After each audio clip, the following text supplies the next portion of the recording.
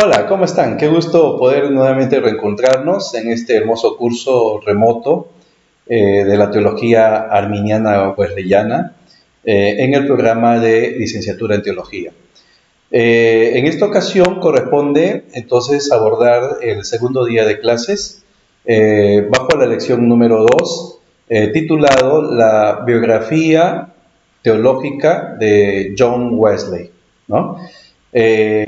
Cuando abordamos entonces este tema, lo hacemos por lo menos en dos partes, desde Edward hasta Aldersgate, ¿sí? Y desde, en segundo lugar, Aldersgate hasta su muerte. Veamos entonces, interioricémonos tocante a esta primera parte de su biografía, ¿no?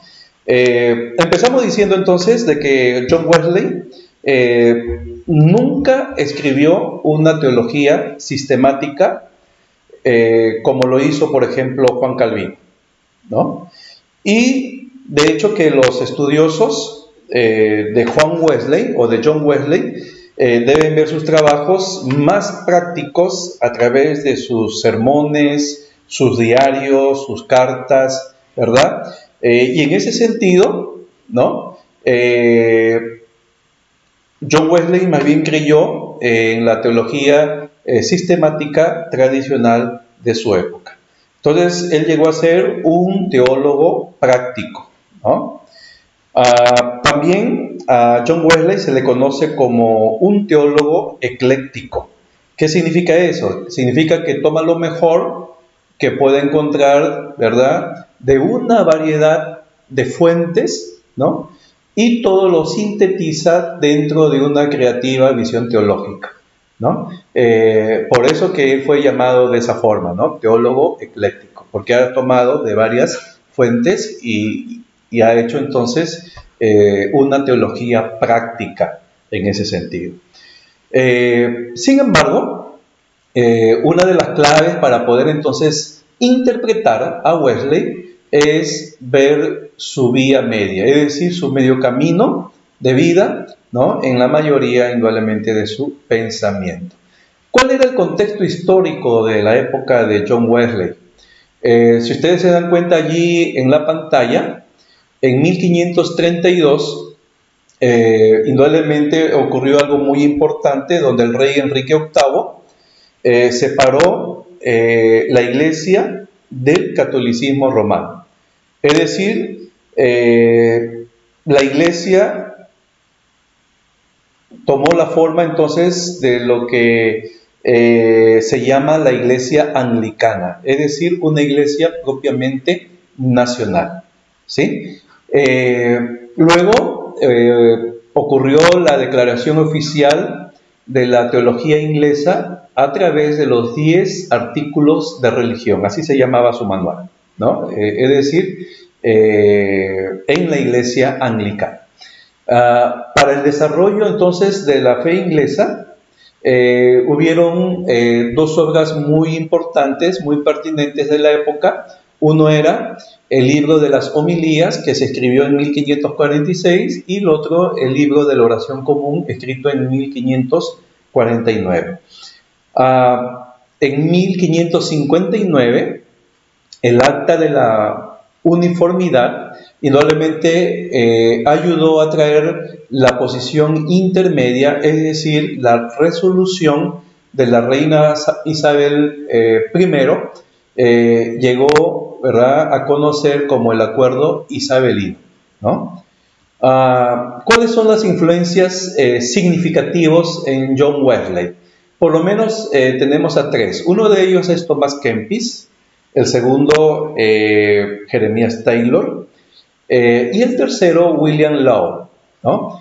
De hecho que estas influencias fueron de gran significado, no solamente para la espiritualidad de John Wesley, sino también para su teología práctica de vida espiritual, ¿no? En el pensamiento entonces de estas tres influencias en la cual llegó a asimilar John Wesley, entonces él llegó a entender de que la santidad involucra entonces una pureza de intención, la imitación como modelo para la vida santa, la imitación a Cristo como modelo de la vida santa, y en tercer lugar, amar a Dios y al prójimo como definición y norma de la perfección cristiana, ¿no?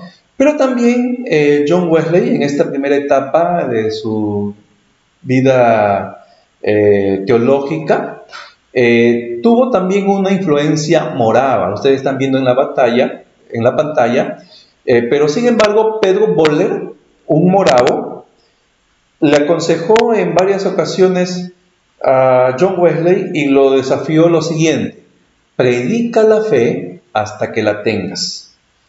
Y luego, debido a que la tienes, predicarás la fe, ¿no? Y esta experiencia ocurrió durante su viaje a Georgia, Estados Unidos, en 1735, ¿no?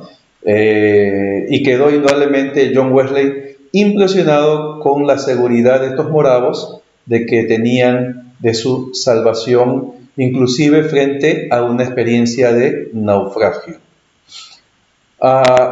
En segundo lugar, entonces, su biografía teológica desde Aldersgate hasta su muerte.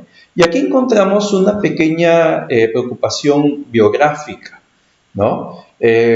Primero que todo, Wesley fue una leyenda propio de su tiempo. En segundo lugar, John Wesley fue una figura controversial durante su vida.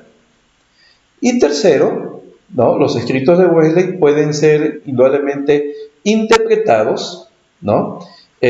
Como revelando un distintivo Wesley público, ¿no? Un Wesley privado también, ¿no?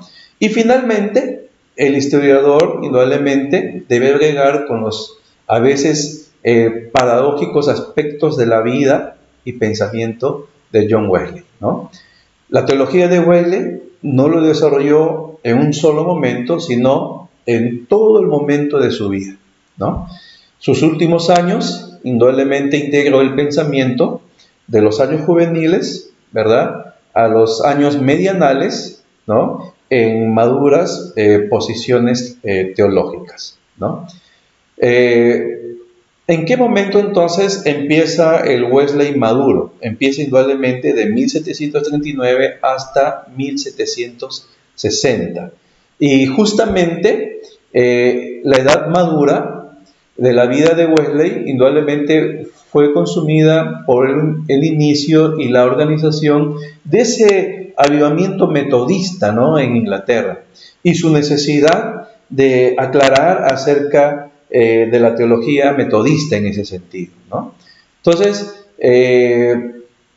indudablemente, Wesley proveyó a los convertidos, ¿verdad?, un sistema de discipulado, de formación espiritual. Y ese es un aspecto muy importante para el desafío del discipulado hoy en día, ¿no? En relación a los programas de discipulados superficiales en relación a un discipulado de formación espiritual.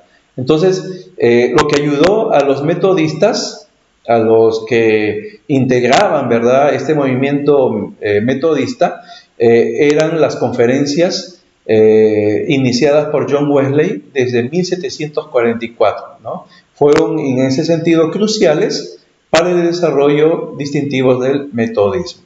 Entonces, la santidad de corazón y vida ha sido una de las frases más aplaudidas de John Wesley. ¿Cuándo empieza entonces el Wesley viejo, ¿no? Entonces, de 1760 a 1791. Y durante estas décadas, de hecho que Wesley enfrentó los mayores asuntos que ayudarían a definir el metodismo, ¿no? Si ustedes se interiorizan juntamente conmigo en la historia wesleyana, hubo una controversia sobre la perfección cristiana. Entonces, comenzó aproximadamente por la década de 1760 en adelante, Y algunos seguidores, indudablemente, dejaron de enfatizar el proceso gradual que Wesley siempre había enfatizado, ¿verdad?, como igual de importante a la experiencia de crisis, ¿no?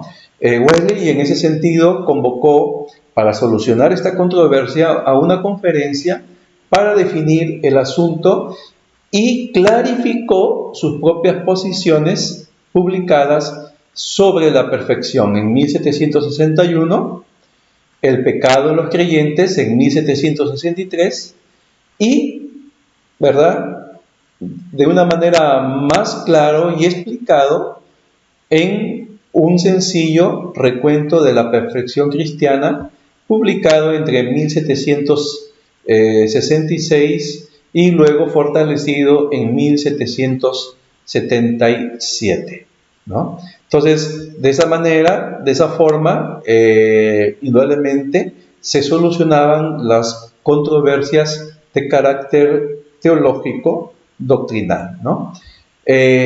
Jorge Whitefield, de hecho, que estuvo muy ligado a John Wesley por muchos años, pero este hombre se distanció de Wesley, ¿verdad?, por su posición calvinista de la predestinación, ¿no? Entonces, a partir de 1773, Wesley también publicó algunos trabajos sobre la predestinación, ¿verdad?, refutando, ¿verdad?, el sentido de la predestinación. Luego, otro escrito que él escribió, Pensamientos acerca de la necesidad espiritual, 1774, y también escribió Trabajando por nuestra propia salvación en 1785, ¿no? De hecho, en una posición anti-elección de la posición calvinista. En esta parte también, el tema de la Santa Cena fue tan importante para John Wesley que decidió aprobar una ordenación metodista, especialmente para Francis Asbury y Thomas Cooke, a quienes comisionó como superintendentes generales de la Iglesia Metodista en 1784 en la conferencia de Baltimore, ¿sí? Interesante estas obras de Juan Wesley tocante a la biografía teológica de este gran hombre de Dios llamado John Wesley.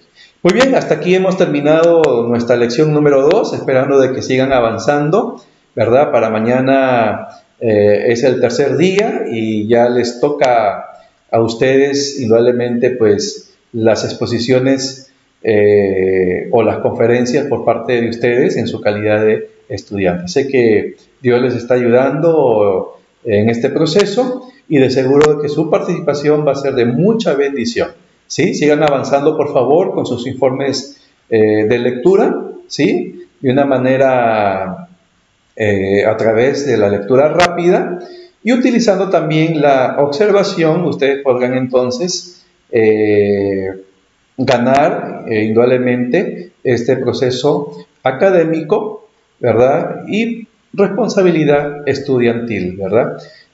Su proyecto wesleyano para la iglesia local también lo pueden hacer en cualquier área del ministerio, ya sea a nivel de la educación cristiana o a través de las distintas formas de hacer pastoral, ¿verdad? De hecho, puede ser también a través de un pequeño sistema de discipulado, ¿verdad?, de formación espiritual o de liderazgo cristiano. Como Dios les vaya indicando, de seguro que va a ser muy provechoso y de mucha bendición esa elaboración de su proyecto wesleyano para su iglesia local. Muy bien, nos vemos entonces hasta pronto con la lección número 3. Que Dios me los bendiga. Hasta luego.